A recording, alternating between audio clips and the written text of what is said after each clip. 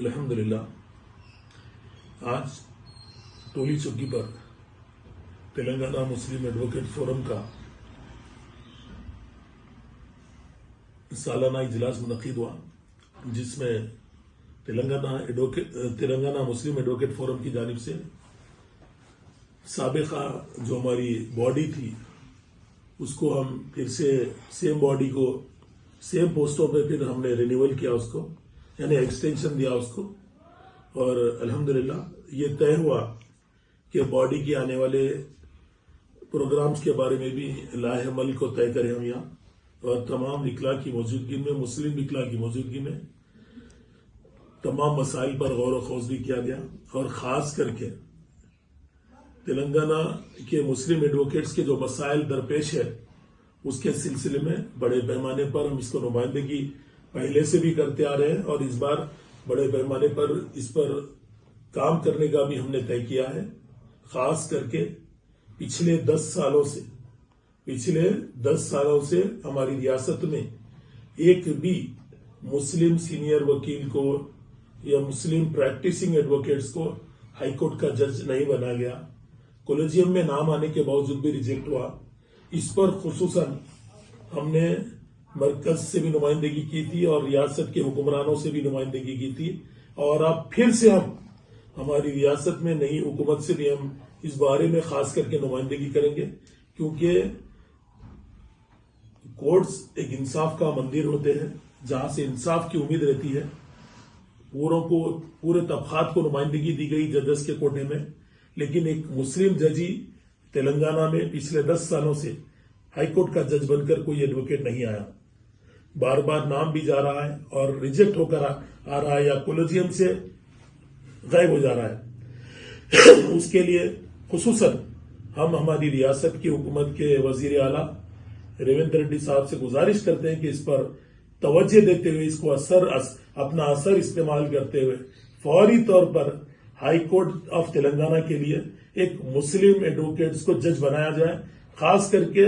عوام میں ایک اعتماد جاگے، اس کا فیصلہ ریاستی حکومت اپنے سطح پر نمائندگی کرے، یہ ہم گزارش کرتے ہیں۔ اور کل کے بعد سے جو مسائل درپیش آئے ہیں،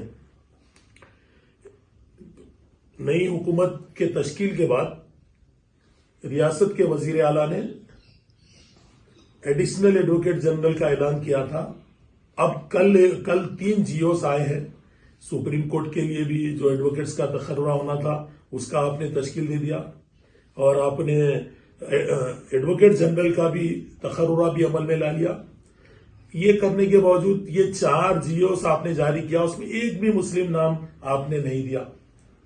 آپ بار بار سیکولرزم کی دہانی دیتے ہیں، آپ اقلیتوں کے دوست ہونے کا ثبوت دیتے ہیں، تو یہ ہمارے ساتھ ناانصافی کیوں؟ ہم اس بات کا سوال ریاست کے وزیر اعلیٰ ریونت ریڈی صاحب سے کرتے ہیں، کیونکہ آپ بار بار اب دیکھیے، آپ حکومت بھی تشکیل دے کے اتنے سارے دن ہو گیا، قریب 1 مہینہ ہونے آ رہا، وہاں پر مسلم وزیر بھی نہیں ہے پوری کابینٹ کے اندر۔ ایسی کیا دقتیں پیش آ رہی؟ ٹھیک ہے، ایم ایل سی کا کوئی الیکشن نہیں آیا، کوئی نوٹیفیکیشن نہیں آیا، گورنر کے کوٹے میں بھی ایم ایل سی موجود ہے، ٹھیک ہے، اس کو لیٹ ہو رہا، لیکن منسٹری دی جا سکتی ہے، وہ 6 مہینے کا عرصہ درکار ہوتا ہے جب تک ایم ایل سی آ جائے گا۔ فوری طور پر ایک مسلم وزیر کو آپ پہلے فوری طور پر، اگر واقع آپ اپنے آپ کو سیکولر کہتے ہیں، سیکولرزم پر حکمرانی کا دعویٰ کرتے ہیں، تو فوری طور پر ایک مسلم آپ ہی کے پارٹی کے قائد کو یا کوئی سماجی کارکن کو یا کوئی صحافت سے یا کوئی تعلیمی میدانوں سے بھی آپ لینا چاہتے ہیں، تو فوری طور پر ایک مسلم وزیر کو آپ کی کابینٹ میں شامل کریں۔ شامل کرتے ہوئے مسلمانوں میں جو مایوسی چھائی ہے، آپ پہلے اس کو دور کریے، اور اپنے آپ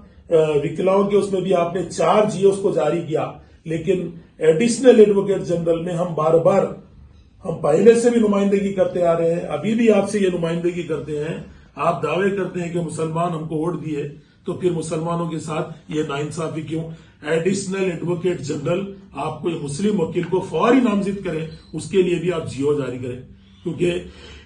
جہاں تک ایڈیشنل ایڈوکیٹ کا مسئلہ ہے، حکومت چاہے تو 1 سے زیادہ بھی نامزد کیے جا سکتے ہیں۔ اگر حکومت سنجیدہ ہے، اگر مسلمانوں سے ذری برابر بھی ہمدردی ہے تو آپ اس کو فوری عمل لائیں، نہیں تو آنے والے لوک سبھا انتخابات میں مسلمان اس کو سیریس لیں گے۔ جس طریقے سے آپ حکمرانی کر رہے ہیں، مجھے تو ایسا محسوس ہوتا ہے کہ نہ